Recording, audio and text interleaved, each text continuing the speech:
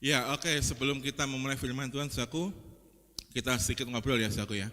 2 minggu lagi itu gereja kita akan berulang tahun yang keberapa, saudaraku? Ada yang tahu? Berapa? Berapa? 21. Nah, biasanya kalau gereja kita ulang tahun selalu ada pertanyaan begini, saudaraku. Apa yang saudaraku harapkan di tempat ini atau apa yang saudaraku ingin terjadi di tempat ini? Ya, sudah mulai memikirkan? Oke. Ada nggak yang mikirin bahwa gereja kita harus punya pastori? Ada nggak? Angkat tangan. Oke, ada nggak yang mikirin kalau gereja kita harus punya studio nih, supaya YouTube kita itu bisa jalan 24 jam, semua orang tuh bisa dengar Injil Kasih Karunia? Belum ada, oke. Ada nggak yang pernah mikir, kayaknya kalau gereja kita ini misi ke pedalaman, bagus nih supaya orang bisa dengar berita Injil Kasih Karunia? Ada?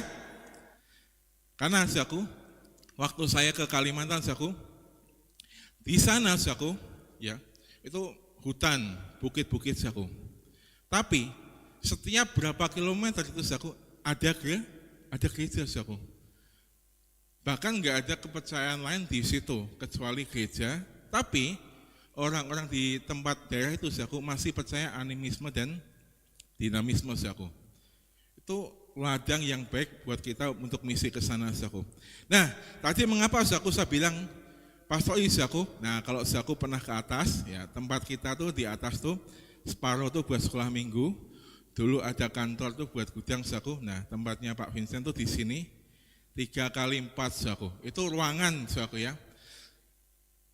Jadi saudaraku, mengapa saya bilang seperti itu, saudaraku? Saya nggak bisa bayangin, saudaraku ya, kalau Pak Gembala ini tidur bertiga dengan istrinya, Cleon, saudaraku, yang besok tuh sudah naik 1 SMP ya Pak ya?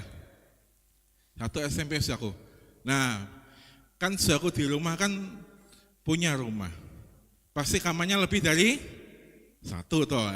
Jadi kalau saudaraku besok kita ulang tahun, pikirin tuh, saudaraku, wah, gereja harus punya apa ya?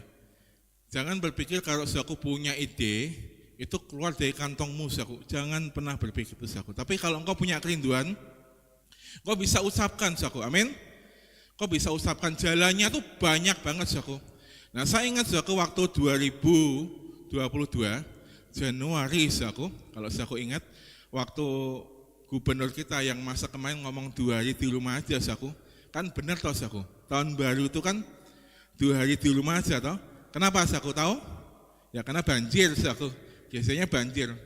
Kita tuh sudah latihan beberapa kali, saudaraku. 7 orang main musik. Oke, latihan supaya tahun barunya bagus.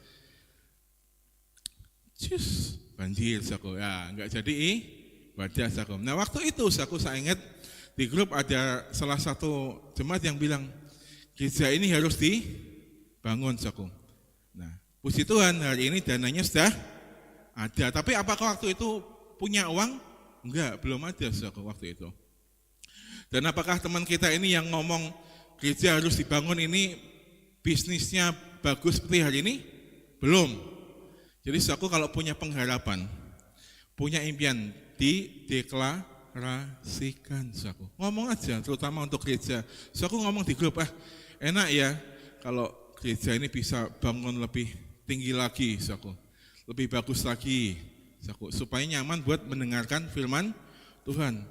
Gimana caranya tuh supaya firman ini bisa sampai ke banyak orang, saudaraku? Nah, saya berharap, saudaraku, engkau jemaat Tuhan di tempat ini punya impian seperti itu, saudaraku. Kenapa kita meninggikan tempat ini, membuat bangunan ini nanti akan lebih baik lagi, supaya lebih banyak orang yang bisa mendengarkan kabar Injil, saudaraku. Ya, saudaraku, sudah latihan, kita persiapan buat ibadah, khotbah sudah disiapkan, nggak jadi ibadah, saudaraku. Nah, saudaraku, engkau harus punya impian, pengharapan yang besar, ya buat gerejamu, buat dirimu sendiri, buat anak-anakmu, saudaraku.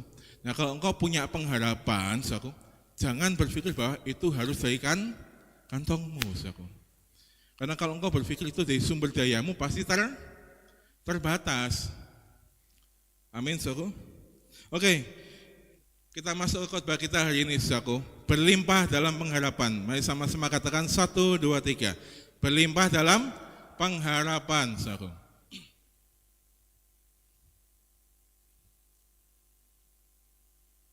Ya, oke, dibantu ya. Roma 15 ayat yang ke-13. Semoga Allah sumber pengharapan memenuhi kamu dengan apa? Segala sukacita dan damai sejahtera dalam iman kamu, supaya oleh kekuatan apa? Roh Kudus kamu berlimpah-limpah dalam apa? Pengharapan, saudaraku. Jadi kalau pengharapan ya, asalnya dari Roh Kudus, saudaraku, itu enggak akan putus, saudaraku.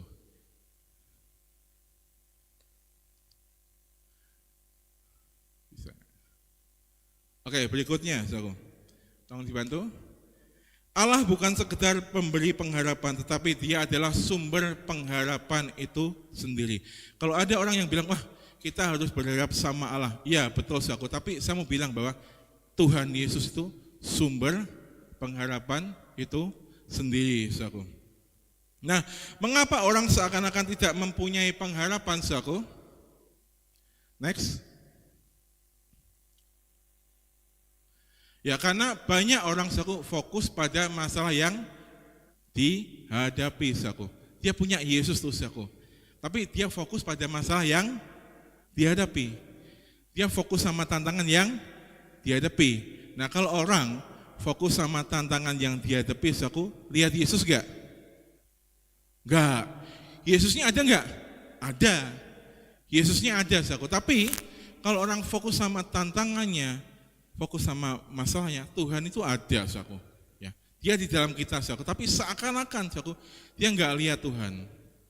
Dia enggak lihat pengharapan, saudaraku.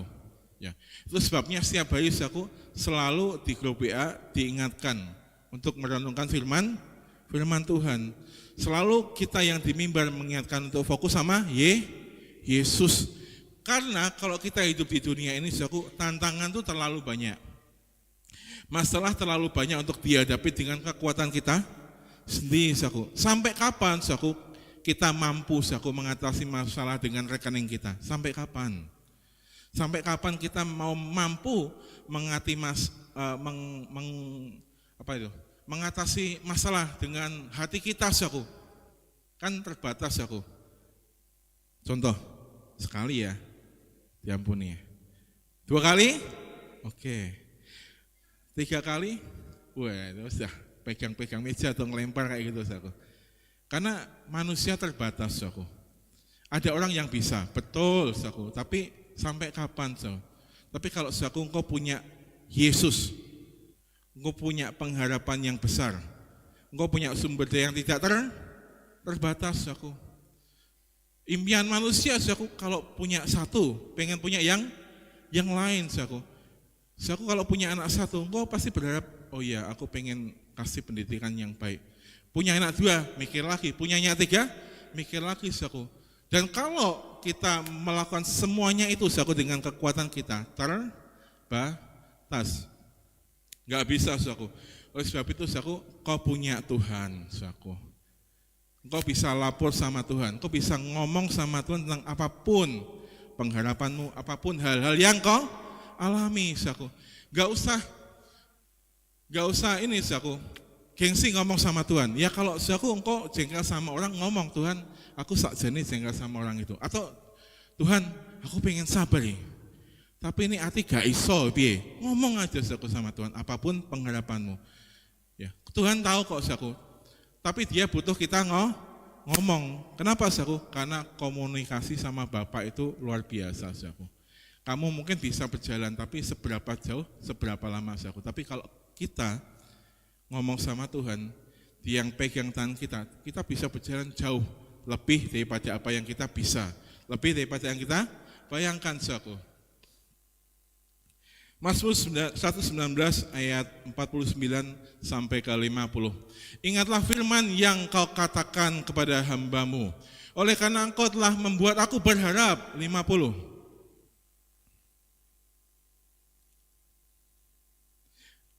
Inilah penghiburanku dalam sengsaraku, bahwa janji-Mu menghidupkan aku. So, jadi Suatu ketika kalau engkau mengalami kesusahan, engkau kalau mengalami tantangan, saudaraku, ingatlah janji-janjinya siapa, saudaraku? Tuhan. Jangan ingat janjinya manusia. Jadi orang kayak ngomong, nek pas aku susah mau bantu, saudaraku. Terus kamu telepon dia. Jawabannya bisa dua. Apa, saudaraku? Ya dan tidak, saudaraku. Tapi kalau kita doa, kita ingat janji-janjinya Tuhan. Pertama kali, saudaraku, yang akan Tuhan kasih apa, saudaraku? Damai sejahtera. Kantongnya mungkin belum berubah. Kantongnya mungkin belum tiba-tiba belum penuh, saudaraku. Tapi kamu bisa melalui hari-harimu dengan damai sejahtera yang luar biasa. Kamu yang lemah, kok gak iso, gak bisa nih, susah.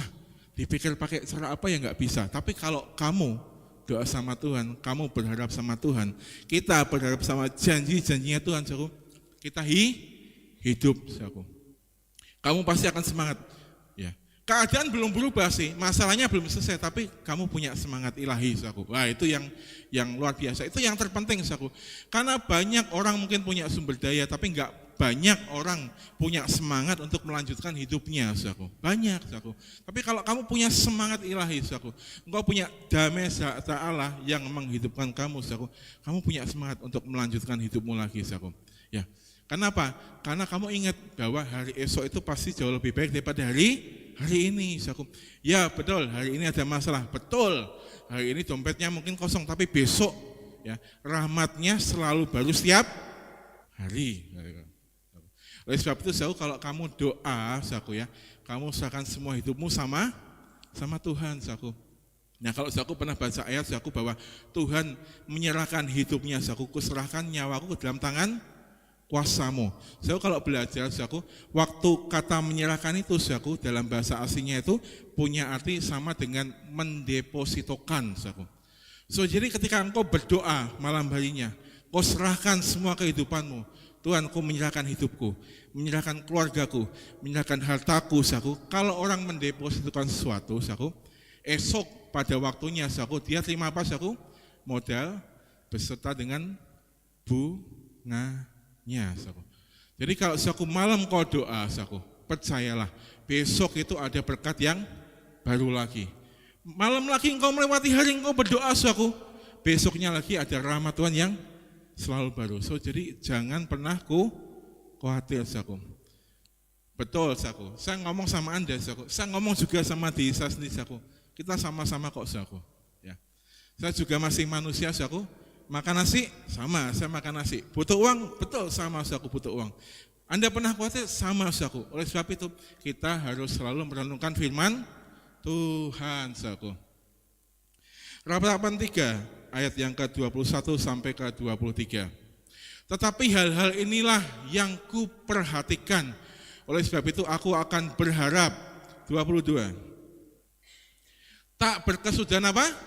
Kasih setia Tuhan. Tak habis-habisnya apa? Rahmatnya. Saudaraku, kalau kita pernah belajar kata hesed, saudaraku, hesed itu bukan berarti kasih Tuhan atau kasih atau setia Tuhan, tapi kasih setia Tuhan. Enggak bisa berdiri dalam satu kata, saudaraku, tapi dua kata. Dia kasih, tapi juga dia setia, saudaraku. 23. Selalu baru apa? Tiap pagi besar kesetiaanmu, saudaraku. Nah, hari ini kita mau membahas, saudaraku, sedikit tentang kitab Ratapan, saudaraku, yang enggak akan pernah dibahas dan memang belum dibahas di tempat ini, saudaraku. Tapi, saudaraku, kalau engkau lihat kitab ini, banyak hal yang luar biasa yang pasti engkau akan syukuri karena penyertaan Tuhan, saudaraku. Next.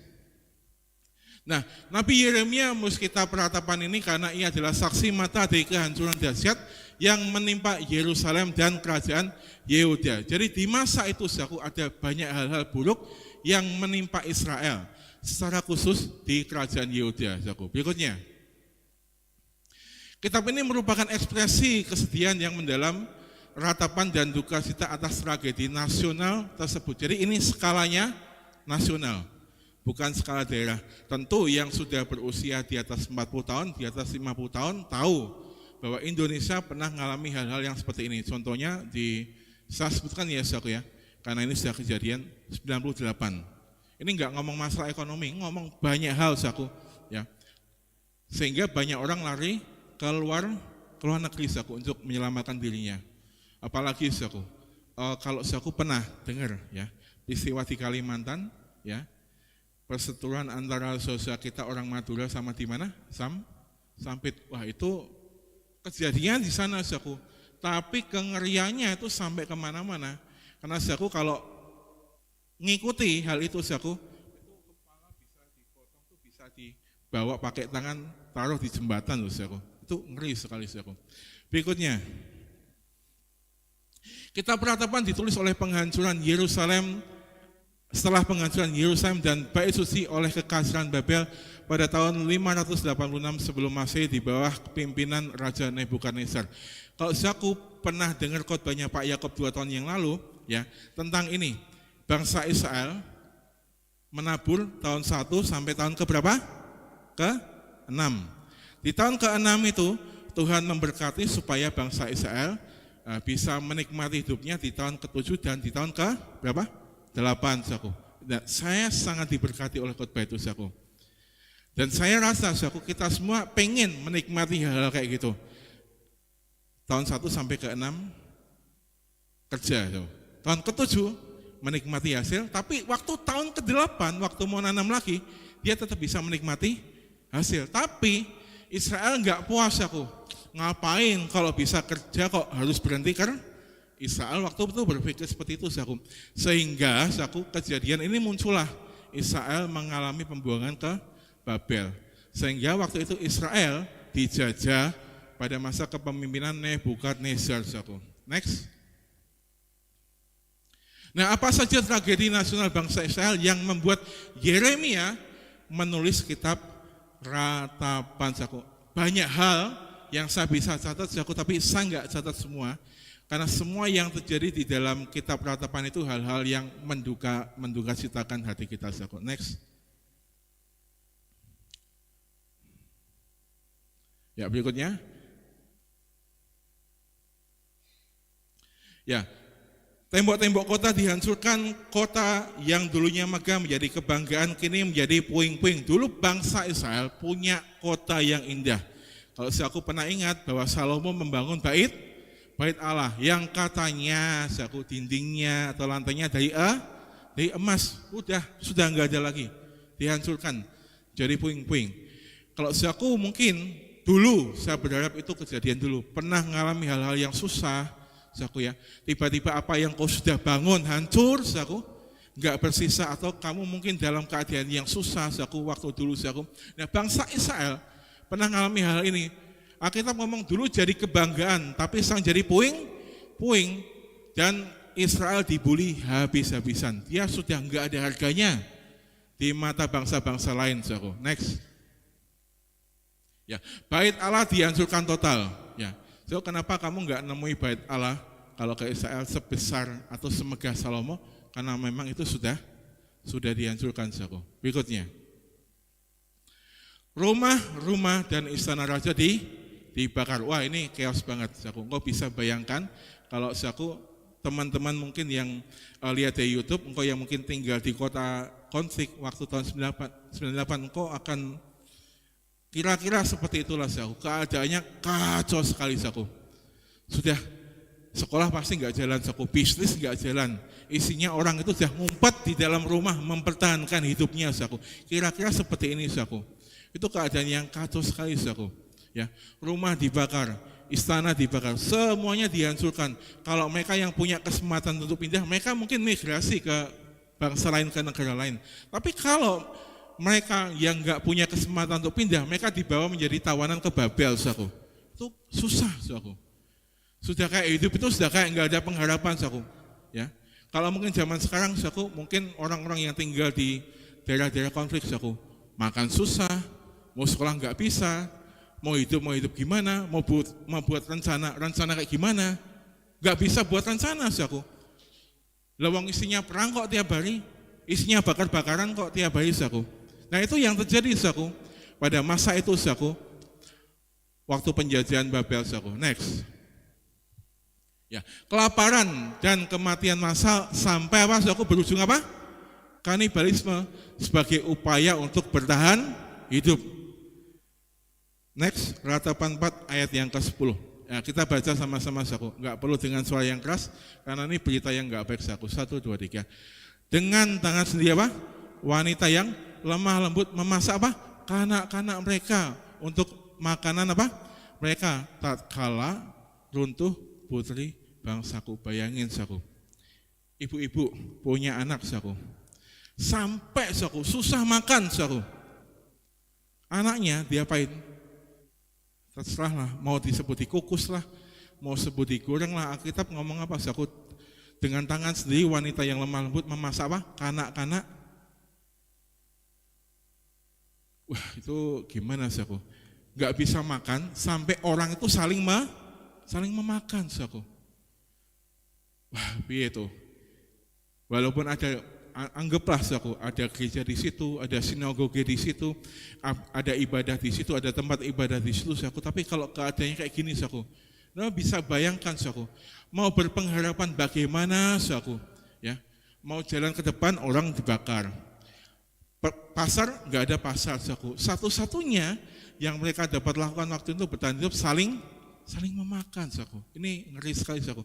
Nah kira-kira banyak saku isi kitab Ratapan yang seperti ini, tapi saya akan berhenti di bagian ini saja saku. Susah saku. Makanya saya sering bilang saku dahulu, zaman COVID itu bukan hari-hari sulit yang terakhir saku. Ada masih banyak masa-masa sulit ke depan lagi. Jadi kalau engkau berdoa Tuhan, semoga semua aman, damai, nggak ada kerusuhan, saya bilang itu sulit saku di dunia seperti ini. Tapi engkau bisa bilang, engkau bisa berdoa, engkau bisa berpengharapan bahwa sekalipun dunia ini jadi sulit, semua kacau, semua porak-poranda, Yesus tetap melindungi kita orang yang percaya. Katakan, amin saku. Ya, nyatanya semua saya melihat banyak banget orang yang masih bertahan di tempat ini, ya yang dulu ya melewati COVID, hari ini COVID sudah lewat, Anda bertahan, itu artinya pertolongan Tuhan. Tapi saya mau bilang saku, ada banyak hal-hal sulit yang nantinya akan terjadi saku. Sehingga saku mulailah merenungkan firman Tuhan. Mulailah menaruh pengharapanmu pada Tuhan. Kenapa saku? Karena situasi suatu saat itu bisa tidak terkendali saku. Kalau kamu berpikir bahwa, oh ya oke, aku punya uang, oke, buat pindah kemana, ya nyatanya waktu kemarin lockdown ya orang sulit pindah kok saku, ya kan? Ya. Ada mungkin 1-2 orang yang benar-benar ultra kaya, yang mungkin bisa pakai jet pribadinya pergi kemanapun. Tapi itu cuma 1-2 saku. Lebih banyak orang yang mengalami kesulitan, lebih banyak orang yang mengalami ketakutan, bahkan saku ya, banyak sebenarnya orang mati karena ketakutan itu sendiri, bukan karena masalah itu sendiri saku.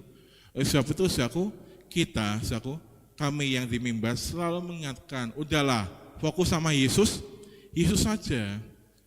Nanti Roh Kudus saku yang akan ngomong kepada saudara, kamu harus A, kamu harus B saku.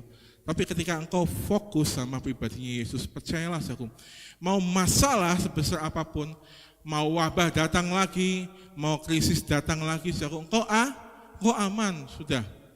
Caranya Tuhan tuh ajaib sudah. Pasti engkau ditolong Tuhan saku. Dengan cara apapun saku. Saya masih ingat tuh saku waktu COVID dulu saku. Saya tuh punya saxophone saku. Saya punya gitar listrik, bukan punya gereja, punya pribadi saku. Sampai satu masa saku di COVID itu enggak ada uang, saya harus jual saxophone itu. Plus tak bonusin saku, kita listrik supaya itu laku saku. Itu kata netizen di medsos, sakit tapi tak berdarah saku. Wah itu harus jual banyak hal saku untuk bisa bertahan hidup. Saya ngomong Tuhan, wah dulu harus jual ini. Tapi kan kamu masih hidup toh? Iya, ya itu caraku. Ya. Makanya saya bilang saku, saya pernah bilang di Komsel, justru masa-masa susah itu, masa-masa gemilangnya orang percaya saku. Amin. Masa-masa ini kamu diberkati saku, kumpulin sebanyak mungkin saku. Ketika kamu diberkati, kumpulkan sebanyak mungkin. Nah saat hal-hal seperti ini tiba saku, Tiba-tiba saku, ya, mobil yang tadinya bekas 70 juta jadi 40 juta. Rumah yang tadinya harga 1 M jadi 400 juta. Barang-barang yang tadinya mahal diskonannya besar, saat itulah kamu bertindak beli semuanya saku. Nanti keadaan normal lagi enggak? Normal. Terus apa yang dilakukan? Jual lagi. Nah, kan kayak gitu saku. Dapat apa? Cuan. Kayak gitu saku. Jadi saku, kalau engkau diberkati Tuhan secara luar biasa, berdoa, minta hikmat Tuhan. Gimana Tuhan? Kenapa? Karena masa sulit itu pasti akan datang. Pasti saku. Pasti. Ya, saya bukan berdoa untuk hal yang buruk, tapi saya ngomong bahwa masa sulit itu bisa dipakai untuk hal-hal baik di dalam kehidupan orang percaya. So kalau lihat banyak tempat mengalami kesulitan, termasuk gereja-gereja saku. Kalau engkau kumpul sama hamba Tuhan saku, ya, waktu kumpul sama hamba Tuhan saku, mereka pasti ngomong, persembahanku turun nih, 50%, turun nih, 60%. Tempat kita saku gimana? Naik. Terus sampai hari ini. Jadi beri tepuk tangan buat Yesus aku. Buat Yesus aku. Kita enggak pernah kekurangan apapun. Kita tolong banyak orang saku. Itu semua karena kasih setianya Tuhan saku. Berikutnya, Ratapan 3 ayat yang ke-22. Nah, bahkan puji Tuhannya saku. Di dalam kitab Ratapan yang isinya seperti itu saku, Tuhan itu kasih pewahyuan kepada Yeremia saku. Dia nulis ayat yang tadi saku. Tak berkesudahan apa? Kasih setia Tuhan. Loh, di dalam hal-hal seperti itu loh, Tuhan itu masih kasih pewahyuan kepada Yeremia, sehingga dia nulis tak berkesudahan kasih setia Tuhan. Tak habis-habisnya apa? Rahmatnya. 23. Selalu baru tiap pagi, besar apa? Setiamu. Yeremia 29 ayat yang ke-11. Ya, sebab aku ini mengetahui rancangan-rancangan apa yang ada padaku mengenai siapa? Kamu, mengenai kita. So, jadi kita kalau bingung, aku masa depan gimana ya? Jawabannya adalah masa depanmu cerah. Dijamin siapa? Yesus dah. Gak usah pikirin kayak gimana, tapi percaya saja saudara. Ya. Demikianlah firman Tuhan, yaitu rancangan apa? Damai sejahtera dan bukan rancangan kecelakaan. Gak apa-apa, dunia bisa berubah, dunia chaos, dunia kacau, dunia mengalami krisis, tapi kita cukup percaya saja bahwa kita aman dalam lindungan yang maha tinggi, saudara. Untuk memberikan kepadamu hari depan yang penuh apa? Harapan. Kalau saudara ada di antara kamu yang kamu mengalami masalah, kamu mengalami tantangan, ingat ayat ini saudara, bahwa masa depan kita, masa depan yang penuh apa? Harapan ya. Ada hal-hal yang mungkin hari ini tuh hal-hal yang buruk, hal-hal yang tidak terduga saudara, tapi selalu percaya saudara, di dalam kegelapan saudara, selalu ada setitik terang itu saudara. Nah, kamu fokus sama yang gelap itu atau pada titik terang itu saudara? Kalau kamu fokus sama yang titik terang itu saudara, walaupun kecil saudara, fokus saja, jalan aja saudara. Kamu nanti akan temui, wah, ternyata yang gelap itu cuma sementara, kayak gitu saudara. Yang terang itu lebih besar saudara. Makanya kalau saudara pernah naik kereta, pasti lewat terowongan saudara, semuanya gelap saudara. Tapi paling cuma 30 detik, 1 menit, saudara kemudian akan lihat sinar yang besar, langit yang cerah. Oleh sebab itu saudara percayalah bahwa apa hal-hal sulit itu, kita orang Kristen mungkin mengalami hal-hal yang sulit. Tentu terjadi, uang dunia sama saudara. Tapi yang menjadi pembedanya apa saudara? Kita punya Yesus. Hal-hal itu cuma sementara, saudara. Ya. Cuma sementara aja.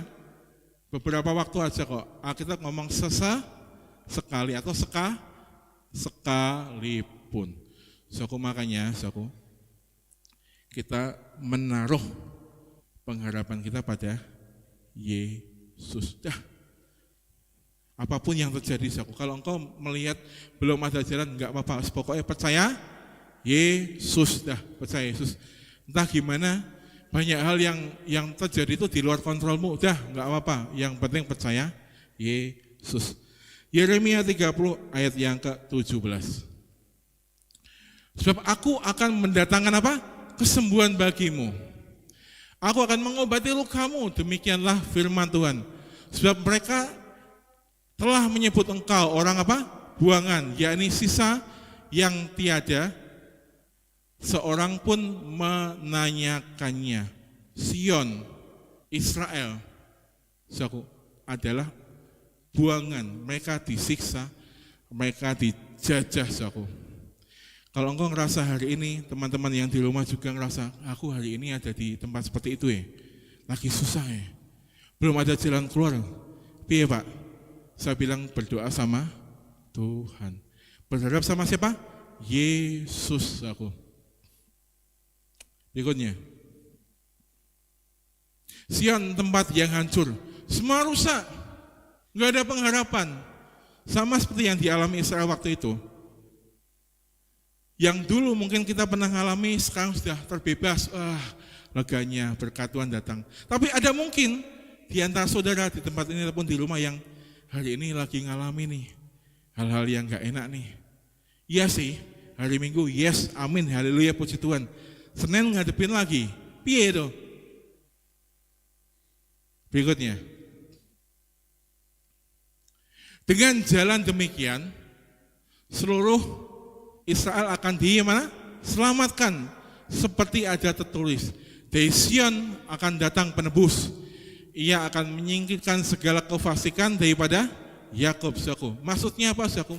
Kalau engkau, saudaraku, yang ngalamin hari ini susah, banyak tantangan, lagi ngadepin sesuatu, dari situ mujizat Tuhan terjadi. Dari situ engkau akan mengalami titik balik yang akan mengubah hidupmu. Bisa jadi, saudaraku, kalau hari ini kau mengalami kesulitan, saudaraku, hari itu, saudaraku, besoknya, saudaraku, kau mengalami mujizat Tuhan yang mengubah Tuhan seumur hidupmu. Terus, saudaraku. Ya kalau kita lihat, saudaraku, cerita Yeremia, saudaraku, kayak nggak ada pengharapan, saudaraku. Susah. Tapi Alkitab ngomong, saudaraku, dari tempat yang susah tadi, saudaraku, dari orang-orang yang dibuang tadi, saudaraku, muncul apa? Penebus. Kenapa, saudaraku? Karena Yesus lahir dari suku apa, saudaraku? Dari garis keturunan Yehuda, saudaraku. Itu ngeri, saudaraku. Dulu Israel itu konflik, saudaraku. Jadi kalau saudaraku ngelihat Israel sekarang perang, DNA-nya itu sudah perang dari dulu, saudaraku. Don't be surprised. Gak usah kaget-kaget gitu, saudaraku. Memang dari dulu seperti itu, saudaraku. Ya. Tapi yang mau kita bicarakan hari ini adalah dulu Sion itu hancur, saudaraku. Gak ada pengharapan. Tapi Alkitab ngomong, dari Sion akan datang apa? Penebus.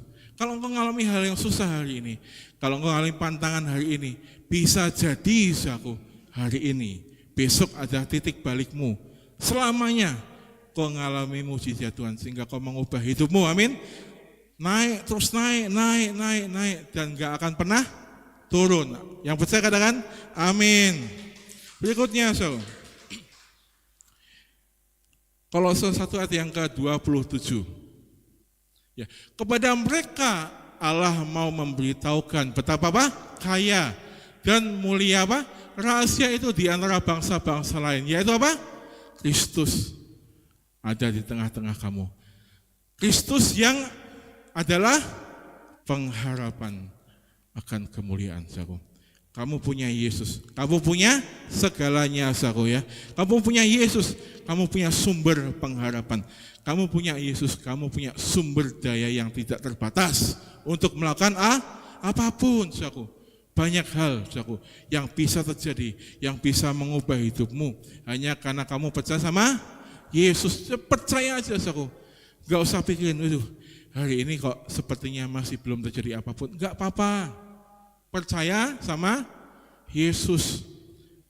Nikmati waktu-waktu itu, waktu-waktu janji Tuhan yang sedang akan digenapi, saudaraku. Karena itu cuma masalah waktu.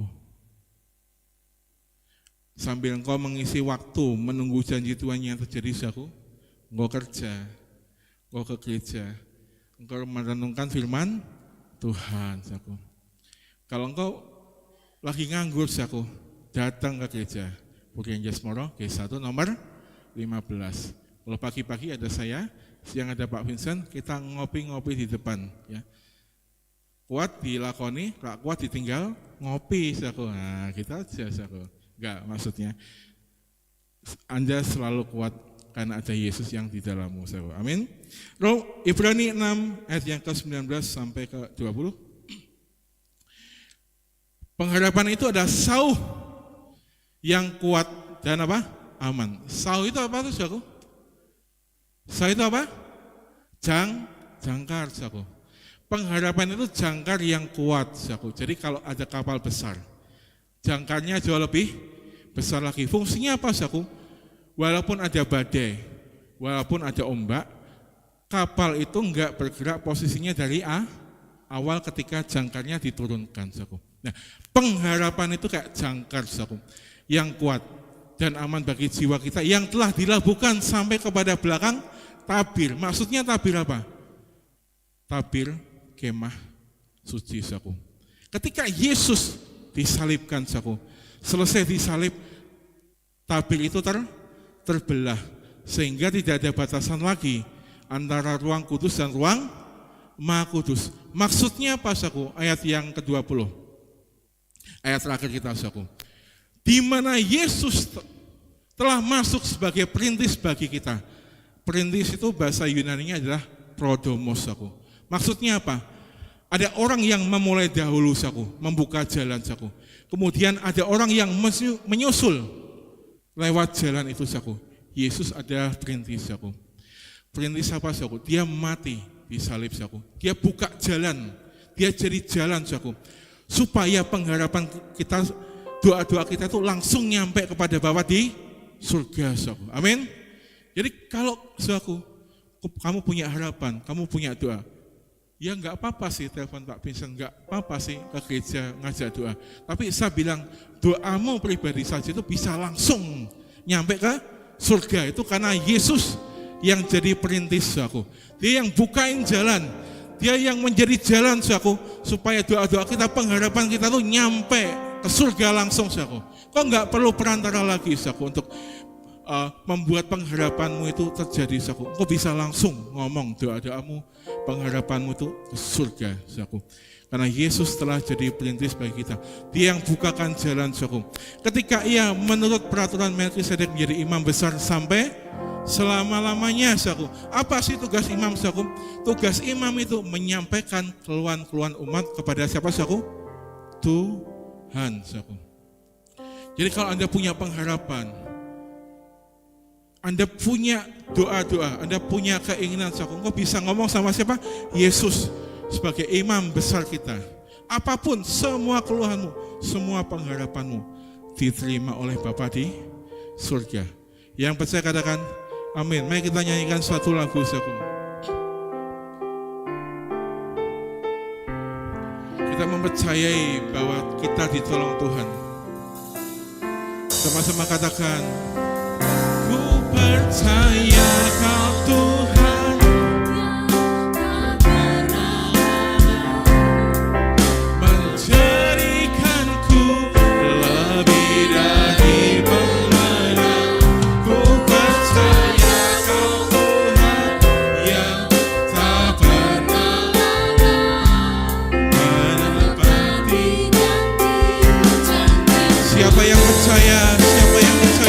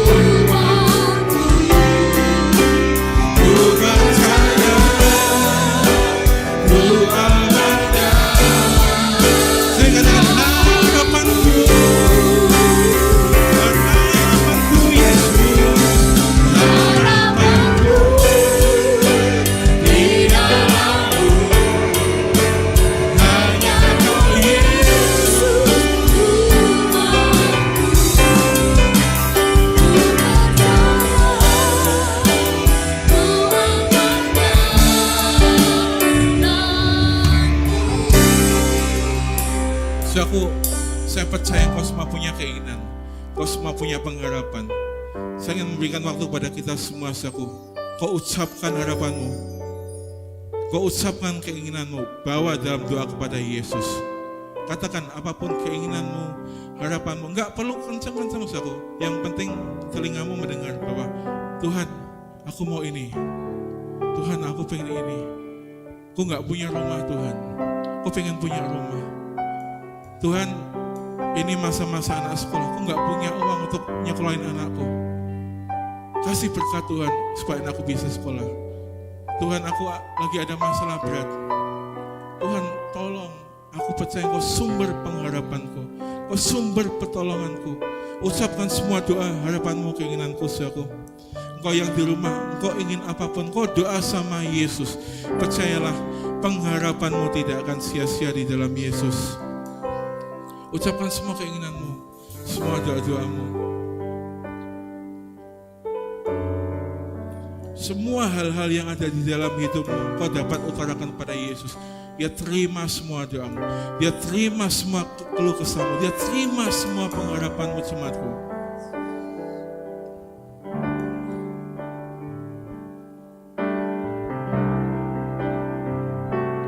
Mari kita katakan harapanku, harapanku di dalam-Mu.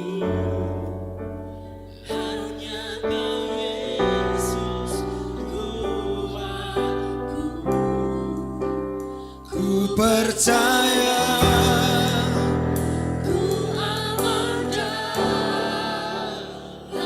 sekali lagi bersama-sama dari hati kita yang paling dalam katakan, harapanku hanya di dalam Yesus,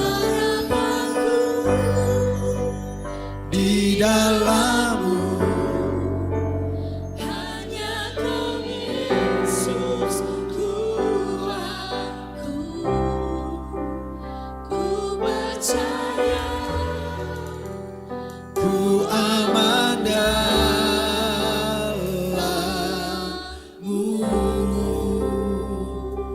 Jemaat yang dikasihi Tuhan, mari kita tenangkan jiwa kita, hati kita, hidup kita. Mari kita renungkan. Saya percaya semua kita memiliki tidak hanya satu pengharapan.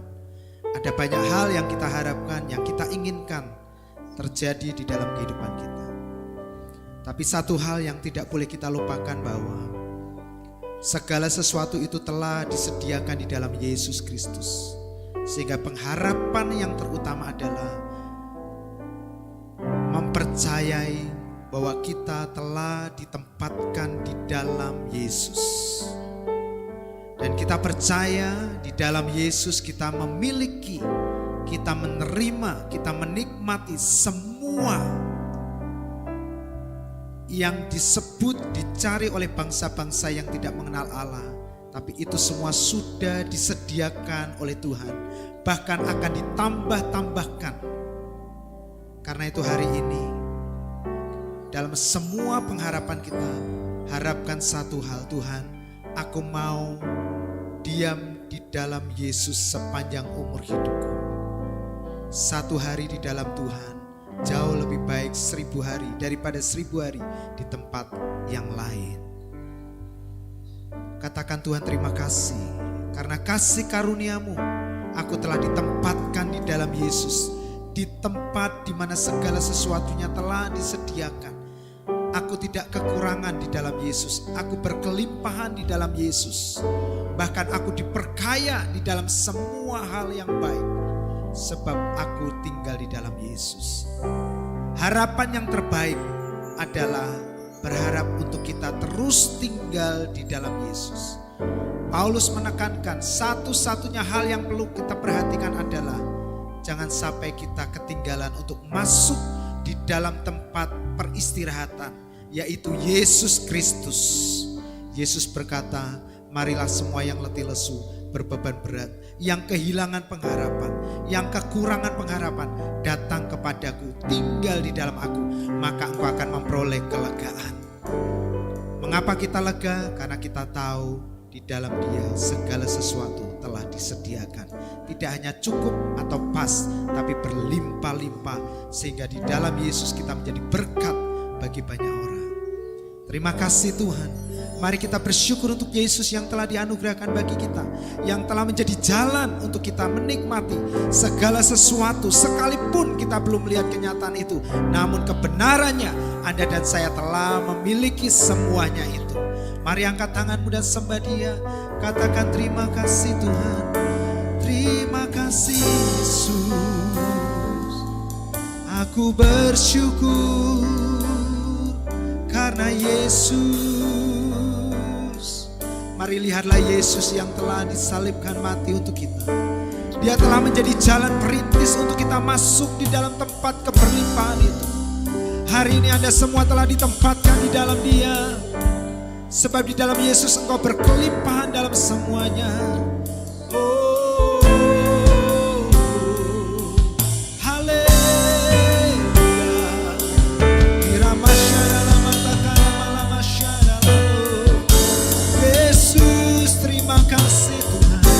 Mari kita bersyukur atas Yesus. Dialah satu-satunya sumber dalam hidupmu. Dialah kekuatan bagi jiwa kita. Dialah penghiburan kekal. Dialah juru selamatmu. Dialah penebus kita yang hidup. Yesus Tuhan. Haleluya. Di dalam semua pengharapanmu, lihatlah Yesus sumber pengharapanmu.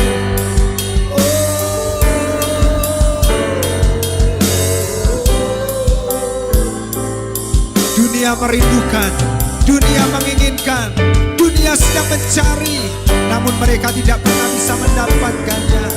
Karena semua itu hanya disediakan di dalam Kristus Yesus. Dan hari ini engkau semua sudah memilikinya. Diberikan bagi kita, dianugerahkan bagi kita. Kesembuhan, keberlimpahan, kemenangan, kekuatan, umur yang panjang, kebahagiaan, semuanya telah disediakan hanya di dalam Yesus. Terima kasih Tuhan, terima kasih Yesus. Memiliki Yesus memiliki segalanya. Kita semua telah memiliki Yesus. Kita memiliki segala-galanya.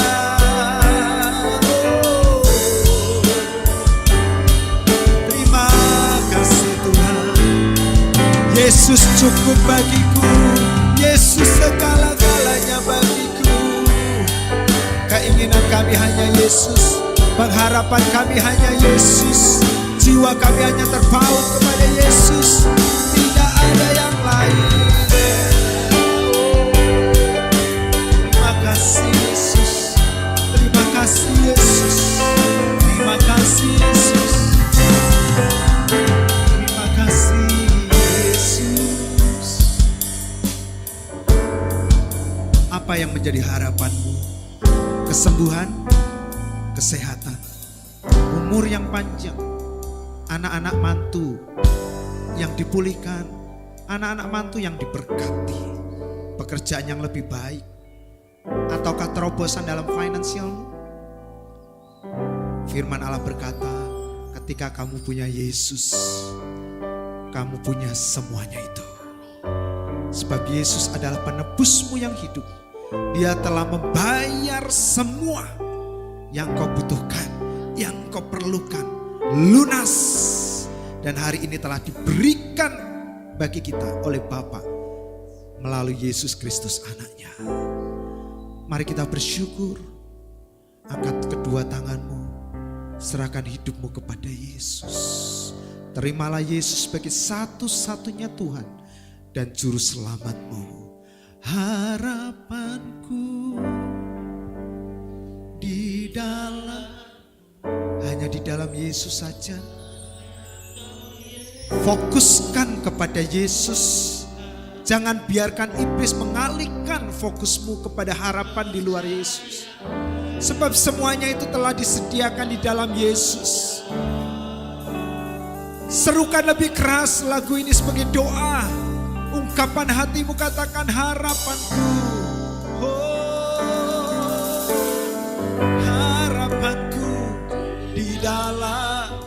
Yesus, ini hidup kami, pegang tangan kami, bawa kami kepada tempat-tempat yang terbaik, waktu-waktu dan orang-orang yang baik. Aku percaya hanya di dalam Yesus aku aman. Mari bersama-sama katakan harapanku, harapanku. Kami bersuka cita pagi hari ini Tuhan, sebab kami mengetahui hanya di dalam Yesus sumber pengharapan. Terima kasih untuk kebenaran firman hari ini. Terima kasih untuk ibadah hari ini. Katakan tak pernah gagal rencanamu dalam hidupku. Oh, tak pernah gagal rencanamu dalam hidupku. Amin. Pengharapanku. Mari semuanya angkat tanganmu, angkat wajahmu. Lihatlah kepada Yesus, sebab yang lama sudah berlalu, sesungguhnya yang baru telah datang dalam hidupmu. Amin. Angkat tanganmu dan terimalah semuanya yang baru terjadi hari ini. Kuasamu sempurna, harapanku takkan gagal, takkan hilang. Masa depan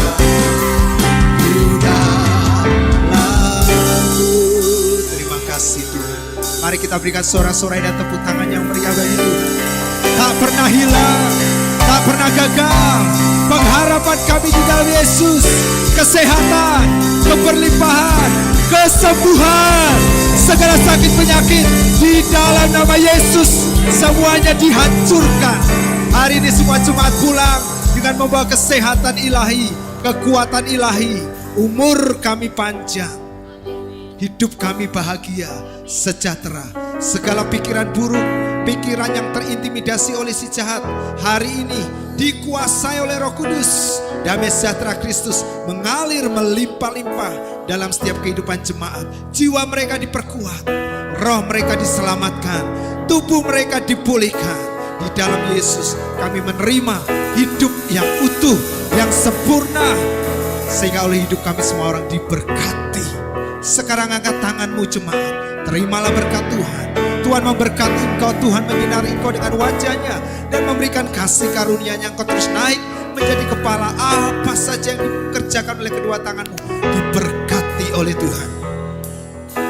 Ketahuilah, Tuhan tidak pernah memalingkan wajahnya kepadamu. Dia tersenyum, dia melihatmu, dia suka melihat kita.